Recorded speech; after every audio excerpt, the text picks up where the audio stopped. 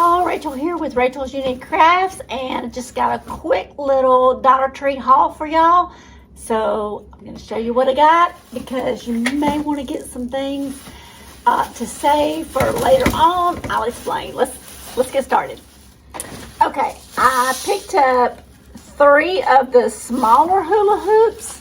This is going to be a DIY that we're going to do here pretty quick. So I did get 3 of those. I needed a few more carrots, so I picked up a pack of those. I was very excited to find this little yarn. Yes, they call it yarn.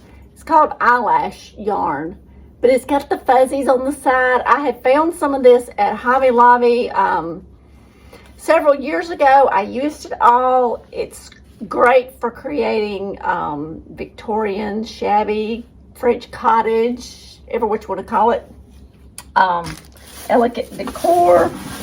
I'm always needing styrofoam rounds, so I picked up some of those, 3 packs of those. This is going to be a DIY that I'm fixing to do here pretty quick, so I picked up a couple of wooden spoons. Now, here's what I want to tell y'all so y'all can go get some of these, because this is going to be a Christmas DIY.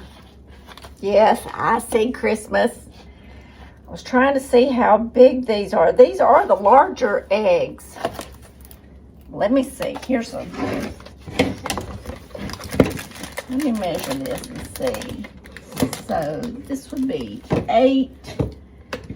So they're about 9.5 inches long. So that's the bigger eggs.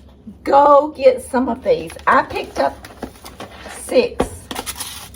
So, yes, you want to go get these while they have them for Easter, because when we start making our Christmas DIYs, you're going to wish you had some. So, get out to Dollar Tree and get you some eggs.